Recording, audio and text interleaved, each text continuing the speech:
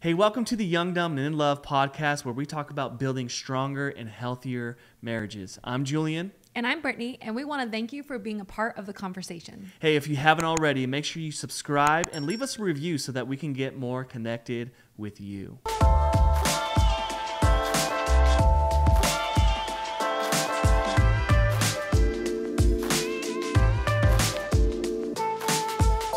Well, welcome to the podcast, the Zimmerman family. We're so glad that you guys have joined us from Transformed Couples. Thank you for coming on here. We really appreciate it. Thanks for having us. We're excited to connect and get to know you guys better and have a great conversation. Yeah, awesome. Well, we found you guys on Instagram. And, Instagram is such a fun community that we've been learning how to build when it comes to couples and marriage. And we've been following a bunch of accounts, and we stumbled upon your account and started following you guys. And we love what you guys are doing, what you talk about. And we're excited to just learn more about you and your ministry and all that you're doing. And so once again, we're so grateful that you guys said yes to be on our podcast. And let's just jump right in. What do you guys think? Sounds awesome. All right. Well, why don't you do this real quick? Can you just give us a real quick overview of who you guys are? Where you live, what you do, and your ministry, and maybe a little bit how you guys met in your marriage. Yeah, for sure. So we are Garrett and Chelsea Zimmerman. We are the faces behind Transformed Couples. We are relationship coaches, and we are in a blended family. Between the two of us, we have 3 boys, ages 13, 14, and 15. And so, never a dull moment in our home. Yeah. We have boys. Yeah, totally. Busy. Very busy. Yeah. And a dog, actually. I'll mention our dog too. Her name is Harlow, and we got her just over a year and a half ago because we needed some more estrogen in the home. We got Harlow. She's been a blessing. But yeah, basically, we have been together for coming up on 8 years now and married for almost 3. And basically, we've just been on this journey of blending our families, and we've made a lot of mistakes along the way. So we're just, we got into coaching right before we got married, actually. And we just decided that it was something that we really felt we could provide value in because of the things that we navigated, and perhaps help some people avoid some of the mistakes that we've made along the way. And I'll let Garrett kind of fill you in a little bit about how we met. Yeah, so we met 8 years ago, like Chelsea mentioned, and it was actually at a work function. At the time, we were working for the same company, and we were going to a years of service awards luncheon where they recognized people celebrating milestone years. And at the time, Chelsea and I were both celebrating 5 years of service. And I walked onto the bus, and I didn't know anyone that was going to be on the bus. So I was actually at the time separated and coming out of my marriage. And I was a little reserved, but in my mind, I was using every opportunity I could to try and get back a bit of my mojo, which admittedly after divorce, your self-esteem takes a bit of a hit because, in my case, I was told I needed to find another place to live. And that's a big blow to a person. Yeah. And so I felt really small, just being honest with you. And I walked onto that bus, and in my mind that morning, I said to myself, I'm going to sit across from the prettiest girl on the bus, and I'm going to see if I spot it. And I'm going to strike up conversation. Right. So I walked down the aisle of the bus. I saw Chelsea, and I sat on the seats across from her. And then I looked over and I just said, hello. And that opened the door to 4 hours of conversation. We talked the whole way there, the whole way back. Wow. And, she shared some things with me about, being a single mom and parenting 2 boys. I shared some things about, being a single dad and the challenges that brought. And it was about 6 months later, because admittedly, when we walked off the bus, that was kind of the end of it. We felt like we connected, and we felt really good about each other, but we didn't pursue anything. And I did that by design because I had a lot of healing to do.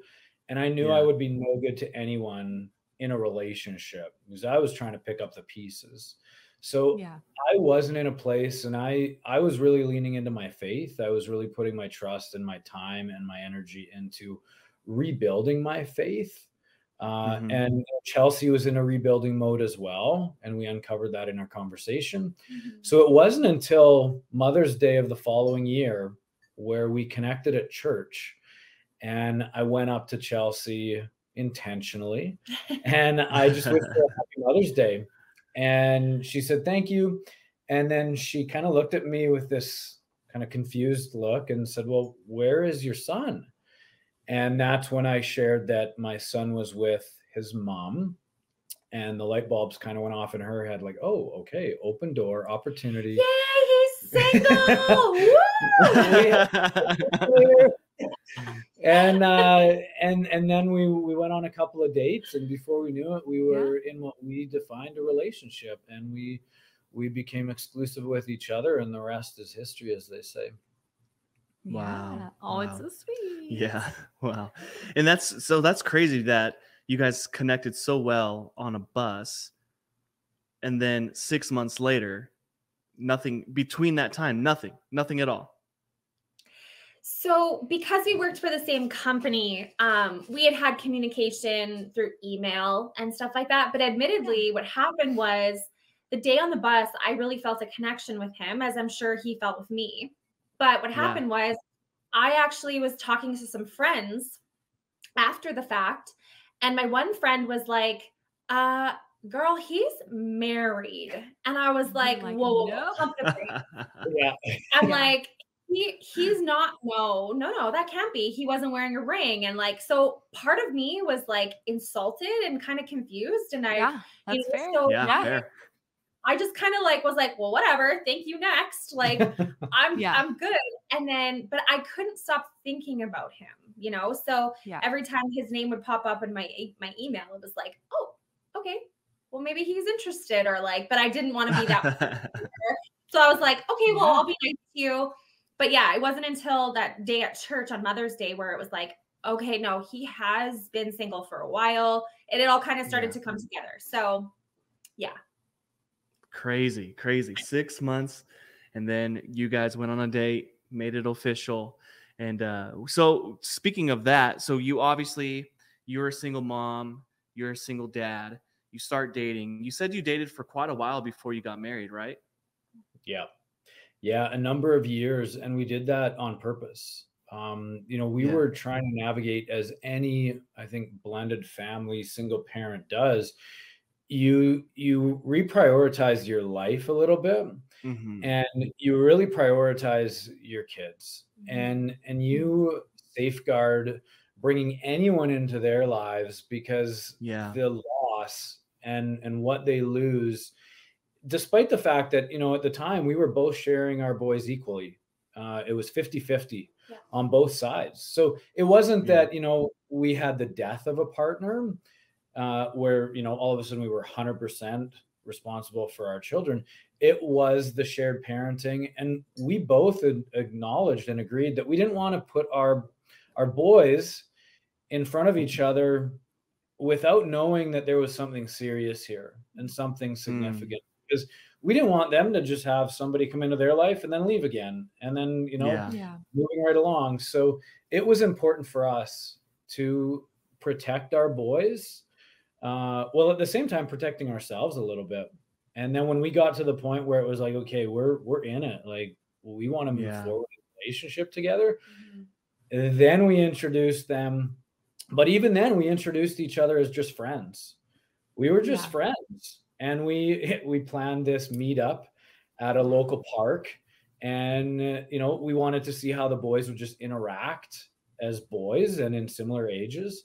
And, there were moments where we admittedly were kind of testing them to see if they get along. They didn't know it, but it was probably about 3 months after that initial play date, where, they figured it out. We shared it, confirmed it, and then they were thrilled. They were super Yeah. Yeah. Well, kids are so smart, right? Yeah. I feel like they catch and can pick up on everything that we do and say. Yeah. Yeah. Big time. Absolutely. Yeah. Absolutely. Well, with that, so you guys took the time and you were cautious when it came to your kids, because I mean that's a very tricky situation, and she can speak to it more than I can, and because Brittany grew up with blended family, and it was very interesting. It was a very interesting conversation, but she was young and had to deal with a lot of things, and so she can come from the kids side. Mhm. And I don't know about you, but like, how would that have been impactful for you if it would have been slowed down, if it would have been more cautious, if they would have thought about you rather than just themselves? I mean, I think obviously it's so different every family and every situation, but my parents weren't believers at the time, so like we didn't have where my parents weren't in church. They didn't have coaching or any kind of leadership when it came to that. So I think that probably, like for you guys, you can probably say like having the Lord be a part of it and having like following Jesus, you made different decisions because you're trying to protect your own hearts, So true. your kids' hearts, and make the best decision. It wasn't like that in our family, at all. And it's different now, but it wasn't like that before. Yeah. But what would you say, like with the boys, how did you, like what speed bumps did you hit along the way? What roadblocks were there? Maybe it being with, their other parent, that they have outside of your guys' blended family, or the boys having questions or not liking one of you at the time, and so real. you want to share some of those roadblocks that you guys have had along the way? Yeah. So, I mean, as you just said, Brittany, like there's so many that come up and they're so common. And I feel like a lot of times people think that they're alone in dealing with some of these things. But in all honesty, like I'll just start from the top. I mean, the first thing was the fact that, so Garrett's son is an only child. Okay. And my two boys, so mine is the oldest and the middle, and then Garrett's is the youngest. And so my two boys were older than Garrett's son. And so we actually had two alpha males. Oh yeah, that makes sense. Yep. Yeah. And so they were used to being like the run of the roost, and they were the oldest, right, in their minds. And then when the dynamic changed to, them having to work that out, there was a lot of struggle with the two alpha males specifically. But then there's also the struggle of the middle child now, who wasn't a middle child. He was simply the youngest moving up. So the family order changed when we got together. And so that was something that we really had to navigate. And really it took a lot of time for our kids to finally kind of find their place. Because they had grown up for the first, 5 or 6 years of their lives in one position in the family, and then that all changed. So navigating that was definitely difficult. And then, I mean, admittedly, on Garrett's side, the other half, like his ex-wife, she was a bit of a helicopter parent to start off with. And so that was really difficult for me and for their son and for Garrett, because he's trying to navigate this person who can't let go. She didn't want to let go, despite having a bit of a choice to leave, the marriage. Like she just still wanted to be a family, right? And so there was all of that we struggled with. And then on my side, I had a very, very high conflict ex. And so, lots of mental health issues, lots of abuse, lots of toxicity. I mean, I was together with this man when I was 17 years old. So, I mean, there was definitely some maturity that happened on my part, not so much on the other side. So, at the end of the day, our kids, like my kids, would come back from spending a week at their dad's house, and they were just broken. Like they were were disasters. And so, and then there's also the element of, you know, them not accepting Garrett as their stepdad. And despite the fact that like, he's 10 times the man that my ex is, and I have no problem saying that because it's true. But I mean, at the end of the day, you know, there was some barriers that they had and that they had to break down. And even still to this day, you know, they still, like my youngest specifically, you know, like he won't call Garrett dad. He won't acknowledge him as his stepdad. It's very, you know, and my kids don't even see their dad anymore. So that's all to say that, you know, really there's every situation is unique and every situation is different. Everybody goes through different things, but a lot of it can be relatable for sure. Yeah, absolutely. Yeah.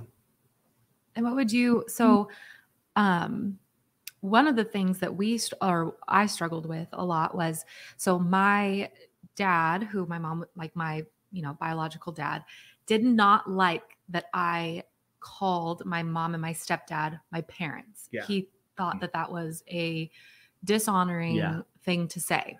So as a child, I was stuck in this like, okay, but I live with these two people and this man is one of my parents. I mean, he was my stepdad from the time I was actually 5.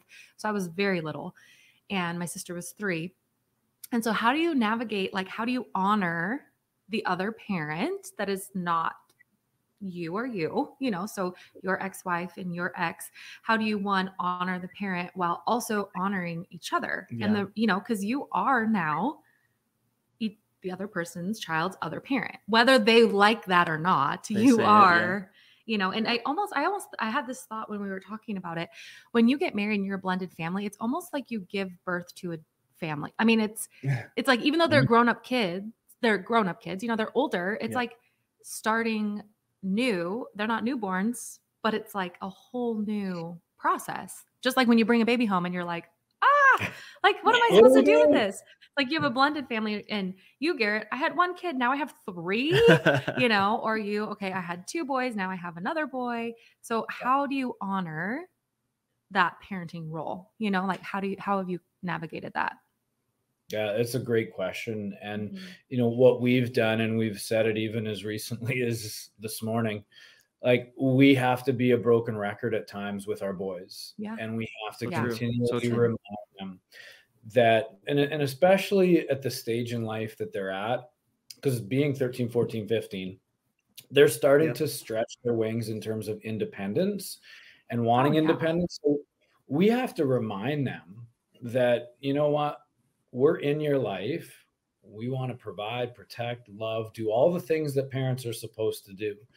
And despite maybe what's happened in your past, that's our goal as a couple. Chelsea and I, that's what we're doing. And that's what we've agreed to do. And so we come at it and we've clearly established that the way in which the boys respond is different depending on who's delivering the message. So, you know, Chelsea delivering the message to her boys is going to have more impact than me delivering it to them, and vice versa. So, you know, it takes additional responsibility for each of us to own, and then just continually remind them at every opportunity, you know what, Garrett is your stepdad. And in my case, you know, Chelsea is your stepmom. And we've had to have conversations around, because this is another thing that children have to try and understand, is the guilt that comes with potentially opening themselves up or creating a relationship with a step parent. Because sometimes they'll feel guilty about that. Like, well, if I have my biological mom or dad, now I'm supposed to love this new person that's in my life. Like, is that dishonoring my biological mom or dad?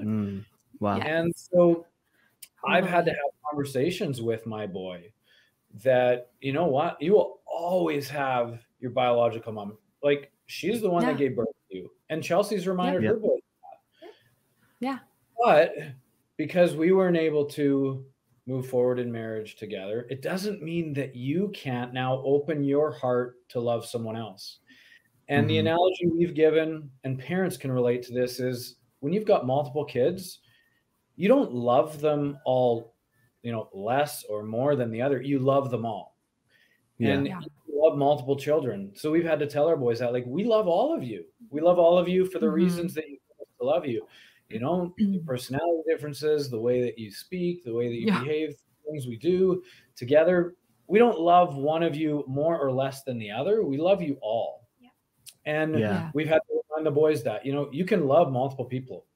You can love your biological parents. You can still love your step parents. And so being a broken record, just speaking to them makes sense, and reminding them that they don't need to feel guilty for opening themselves up to a step parent, because that's okay. Yeah, that's so good. And I think too, just parents in general, we have to be broken records, and speaking truth over our kids all the time. I mean, we're constantly, you say the same thing over and over again. You're like, is this ever going to sink in? But I totally remember that feeling. Like, I remember feeling guilty for, at the time when I still had a relationship with my bio dad, I really liked his new wife.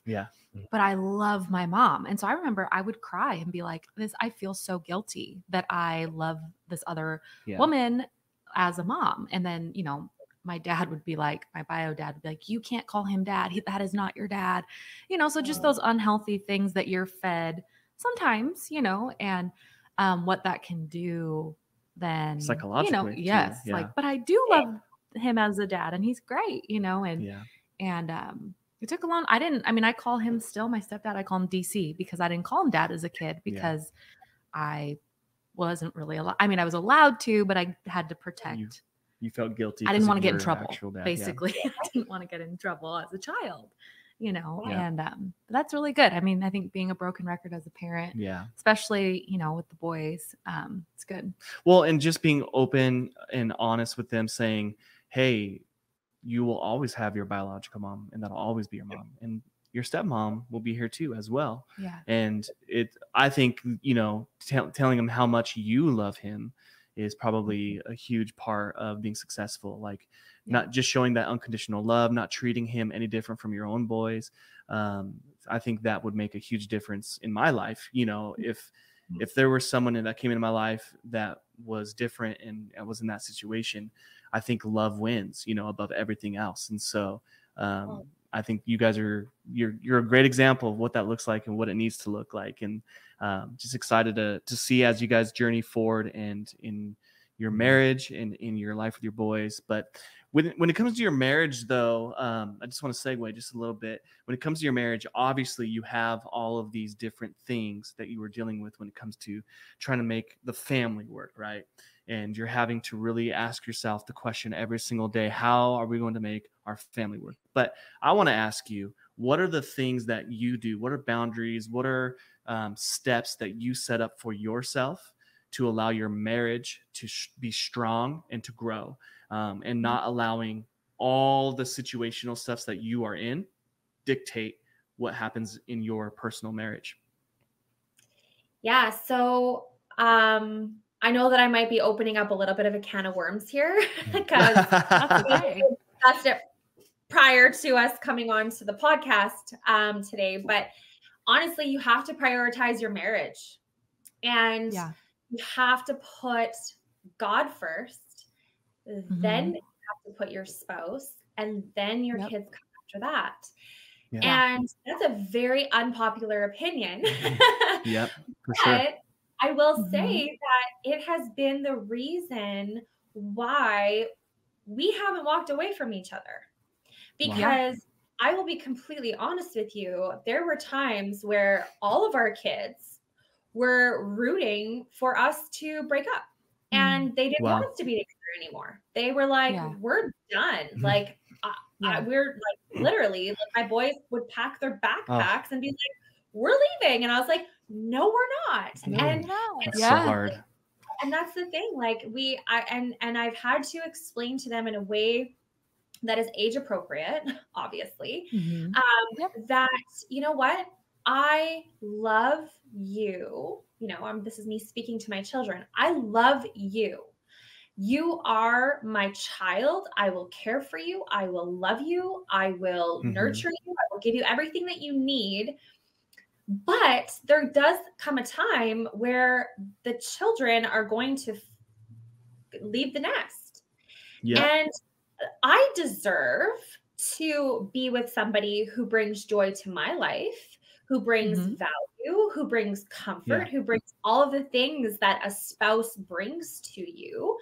And my kids have accepted, and all of our kids have accepted the fact that, you know what? Yeah, like we are going to leave someday, and we are going to go on and do our own things. And our mom and dad do deserve to be happy.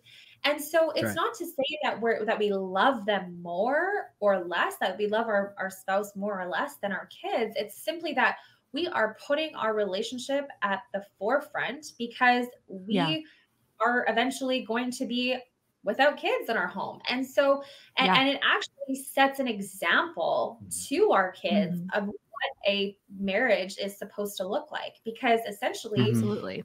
I feel like there's a lot of people out there who allow their children and, like, you know, new babies, especially, you know, like to just take over, and they put their spouse on the back burner.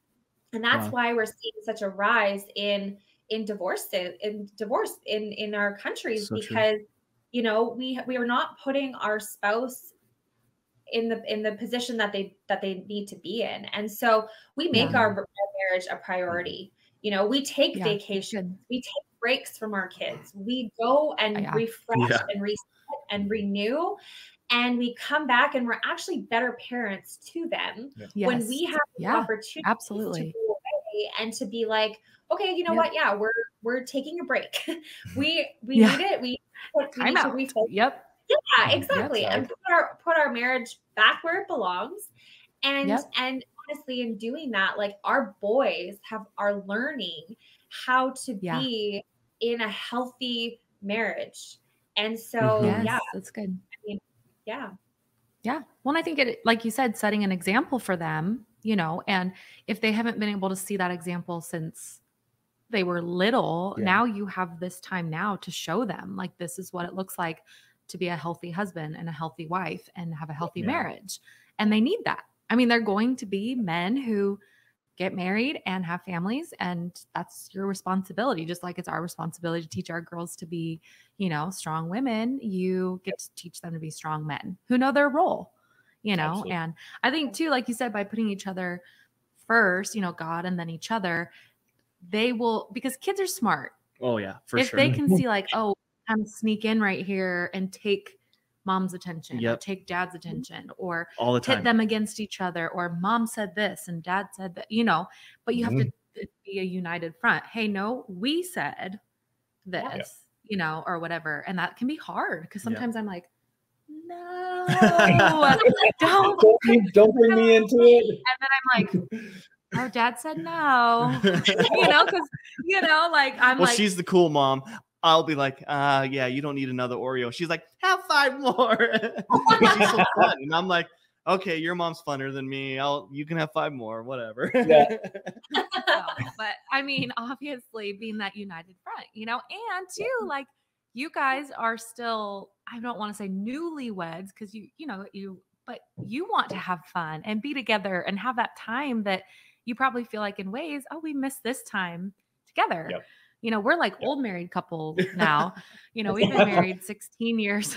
16 years. Just a couple of weeks. And so, but, you know, that new and fresh and getting to know each other more and more and more, you know, which we do too. But I think that's great. Well, and for you, it's not like you guys, you've been married for 3 years, you said? Yeah. So you've been married for 3 years, and it's not like you're like, we can't say you're newlyweds, because you literally went from getting married to having teenage kids. You know what I'm saying? Like, just immediately. And so that I mean, that alone, I feel like can easily throw a wrench into your marriage. And that's once again, just echo what you just said. Prioritize your marriage and take the time. And a lot of people, they say, we're just too busy. Our kids are too busy. We have to take them here, take them there. And they have a lot of excuses of why they can't prioritize their marriage. And I have to call their bluff. You know, I have to say, you know what, I'm sorry, but if you want to work and if you want things to really thrive in your marriage, you're going to have to go on vacation by yourself. And the kids are going to be fine. I'm really bad at that. You know, and she's really bad at that. And we're working through that. We're really you know, like, honestly, because she feels bad of leaving the kids or having having them stay with somebody else and us having fun without them, where I'm like, we need to have fun. We need to have fun without them, And so, but it is important, because what it does is, like you said, it refreshes you. It brings you back to a place where you can feel whole again and come back. And what it does is it helps you be a better parent. And I think it's so important. So you guys hit that right on the nose, exactly what should be happening. So what are some daily habits? I was going to ask. What are some daily habits? Go ahead, then you ask. No, you're good. I think it's funny that you. We're right here together. What are some daily habits that you guys do that help you stay connected to each other? I know for us, a lot of those daily habits have to do with even just taking one moment to just look at each other in the eyes, put our phones down, have no kids around, and just talk. Like, for us, that is probably one of the biggest things that we should and do every single day. What are some daily habits that you guys implement in your marriage every single day that help you stay strong? Yeah. We identified the need for this because without it, we were feeling like we were lost. So one of the things we start with is right in the beginning of the day. We don't get out of bed without rolling over, giving each other a hug and a kiss, and then starting our day. It's one of just a simple little gesture, but it just goes really, really far in just creating connection instantly. Even with your stinky breath. Oh yeah, even with the stinky breath. Don't kiss me. Don't kiss me. I need to go brush my teeth. I'm like, I'm giving you a kiss. So we do that. And then we do a morning devotion every day. That's good. We've got 2 devotion books that we read from. And, we'll also, pull the Bible out and we'll go to scripture. And then we'll talk a little bit about what we've read. And then we pray together. And we do that. Chelsea's got a coffee, I've got a hot chocolate, and then we start our day, and then we go. And throughout the day, we're intentional about checking in, so to speak, if we're out and about. Letting each other kind of know what's up or where we're at, and then at the end of the day, coming back together. After supper, we love to put our dog on her leash and go for a walk. Walk. Yeah, I do see a lot of pictures from you guys taking walks. Oh, I love walks. It's my favorite thing. We do our walk and talks, and we invite the boys. Sometimes they join us, sometimes they don't. But it's an opportunity, and sometimes we walk 5 kilometers, sometimes we walk 1 kilometer. It doesn't matter to us. I don't even know how far that would be, because we use miles, kilometers. Yeah, 3 miles or about 3K. Okay, because a 5K is 3.2 miles. Yep, there you go. Okay, I got it. Okay. Yeah, so we'll walk. Took my American brain a couple seconds. Right, exactly, the conversions. I know you said out and about, or however, which definitely sounds like a Canadian thing. And then supper, we don't call it supper. Yeah, I was like, dinner. But I was like, there's the Canadian. I can hear it. But yes, no, I love that. So your walk and talks is what you call them, right? Yeah. Walk and talks. Yep. I love that. That's like separating kind of the day to now going into the evening and just connecting, talking about things. And then we also, like you mentioned, Julian, we shut down the phones and put those on chargers in our kitchen. They don't even see our bedroom, because we identified them as really creating disconnect between us, in that we were either going to sleep and just scrolling through a feed mindlessly and not connecting with each other, or we were waking up first thing and going instantly to Facebook and seeing what's happening in everyone else's lives, where it's like, no, let's focus on what's going on in our lives. So we intentionally, disconnect around 9 p.m., 9:30. And then we have time. We either play cards, watch TV, talk, whatever that looks like. But those are probably a handful of things that we do with intention to maintain connection. Yeah. Well, and what I'm hearing though is it's really funny. We complicate I was going to say marriage so much. Really on the same page today. We are on the same page today. But yes, we overcomplicate. Yeah, you go ahead. No, you go. See what happens 16 years later? You know what you're going to say. Like, but we do. We complicate things way too much. And there's a lot of marriages and people out there who just can't figure it out. And I think it's because they're overthinking the process. And everything you said just now isn't necessarily a hard thing to do. It's pretty normal. But it's just prioritizing. That's all it is. It's just what are you prioritizing in your life? Yeah. And for you to walk and talks, that's huge. That's such a big deal. It's a great way for you to get reacquainted and connected with your spouse. And it's not that hard. Or, getting up in the morning and doing your devotions or doing a read through, whatever. I mean, if you can do that, do that. That's awesome. And it doesn't take a lot of effort, really. It does take, she gets up at 5 o'clock in the morning and I'm like, no, God, I cannot get up at 5 o'clock in the morning. So that's a little, 5 is a good time to get that's up. A little different for me. Every time I do, my day is done for. But I am a late night. I am not staying up late. And she goes to bed at 8:30. So I've been up since 5. Yeah. But it's a culmination of a lot of small things that really end up being the big things. And I think that we know that in our mind, but it's like we can't get out of our own way. Like, oh, I'm going to pray with my spouse every day. 30 days goes by. We're like, I haven't prayed with my spouse, so it's really, really just like, okay, this may seem so small and so simple, but when we miss it for a long period of time, we see the disconnect, but it happens step by step. You know what I mean? Like one little stone at a time. And then all of a sudden you look at your spouse and you're like, shoot, we haven't connected in 30 days or hardly spoken or whatever it is. And there's going to be different seasons. We all know seasons come and go and you're busy or whatever, but it's carving out that time. It's setting that time, aside from your time with Jesus. And it's like, hey, if you only have time to spend with Jesus, then bring him into it sometime. You know what I mean? Like spend time with God together, whatever that looks like. But I think that's good. It's lots of small things. Yeah. Yeah. The small things do add up and build on top of each other. Yeah. Yeah. And the other thing on that too is when you are consistent enough, it's just like anything in your life. When you're consistent enough with each other, man, it's so easy to build that habit, right? I mean, you probably didn't start off that way, or you had to start somewhere.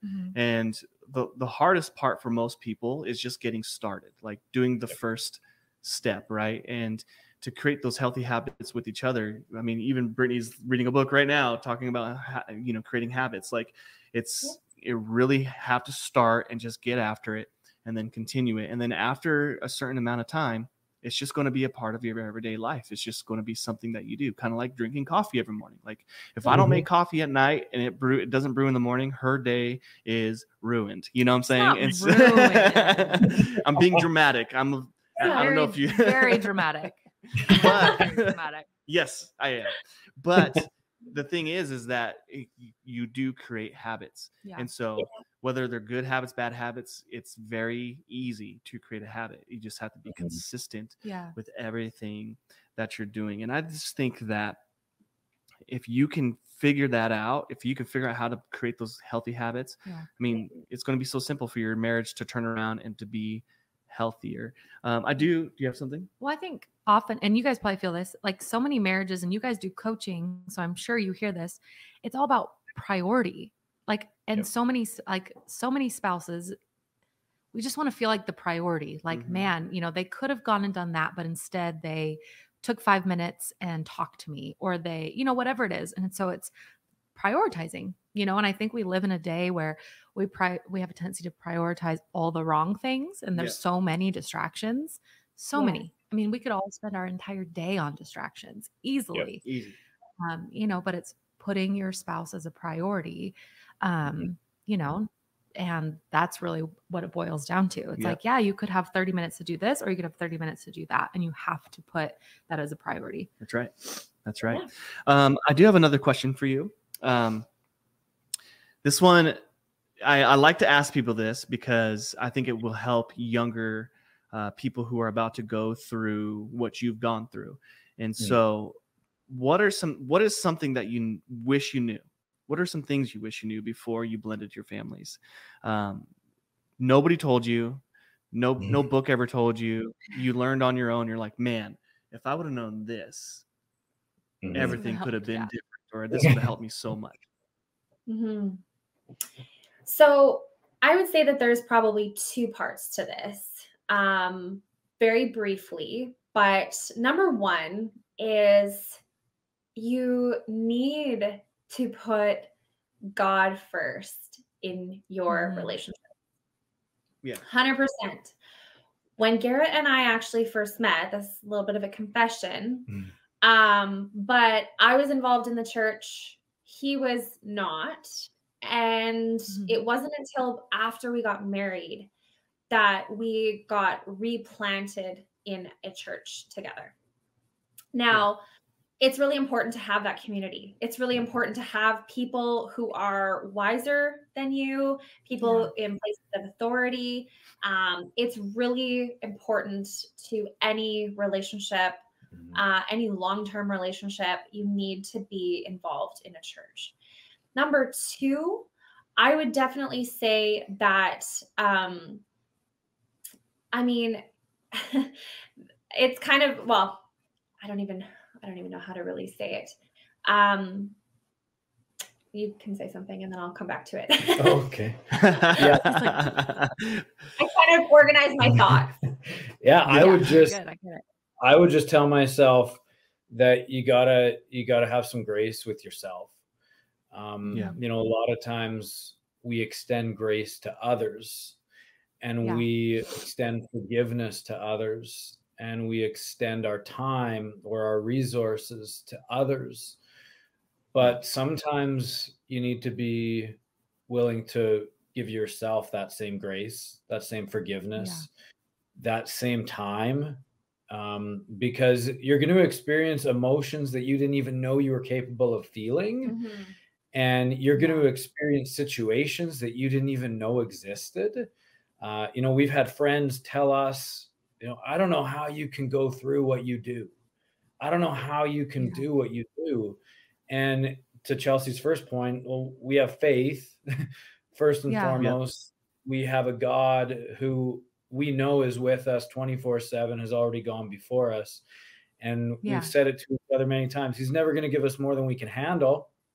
It might seem really heavy at times, but we believe that it's not the load that breaks you down. It's how you carry it. And so I would just say to people, give yourself the same grace, forgiveness, and time that you give to others. Like, it's okay to be selfish sometimes, because when you're your best self, you show up as your best self to your partner. And, you know, sometimes the word selfish gets a bad rap, but sometimes you got to be selfish, and you've got to do the things that bring you back to center so that you can show up for your partner as the best version of you. Yeah. And I'll just add to that too, you know, don't compare your relationship with other ones. And that's what I was ultimately coming to, was that especially in a blended family, because the dynamics of each blended family are so different. So if you're looking over here at this couple and their family, and they seem like they have it all together, that is their version of normal. You have to look at your version of normal and accept it for being your normal. This is normal for us. It may not be normal for the people down the street, but you know what? At the end of the day, we have to do what works for us in our relationships. And so just find what your normal is and accept it as your normal. It maybe isn't going to fit into a mold. It's maybe not going to be, you know, you have to sometimes think out of the box, especially in a blended family, because you have to accept the fact that your family isn't the same as someone else's. Even in a nuclear family, even in a traditional family, you know, you're going to raise your kids different. You're going to parent them different. You're going to, you know, have different intimacy. You're going to, all those different things. Do what's normal for you and accept your family as your normal. Yeah, that's really good. That's really good. I really appreciate you guys giving us that wisdom and talking truth. And, you know, I think too, with you guys, you're already giving a lot of value to people outside of what you're doing right here. And so if you don't know this already, they have a Instagram account. And can you guys give us the handle for that real quick? Yeah, it's transformed.couples. Would love to have anyone and everyone join the community. Yes, and be part of what we're doing over there. Yes. And then you guys are also marriage coaches. Mm-hmm. Yeah. Talk about that real quick. Yeah, for sure. So Transform Couples Coaching, that's our website. If you wanted more information on coaching, we offer a free complimentary, what we call a clarity call. So if anybody listening today feels aligned with any of what we talked about or would like more information about our coaching and how to work with us, we offer a free 1-hour clarity call where, you basically get to bring us your stuff and we try to give you as much value as we possibly can and give you an idea of, how we would be able to help you in your marriage. And it doesn't have to just be blended family stuff. We are marriage coaches to everyone. Awesome. I love that. And that's all on your website. They can find everything there. Yes. Absolutely. Transformedcouples.com.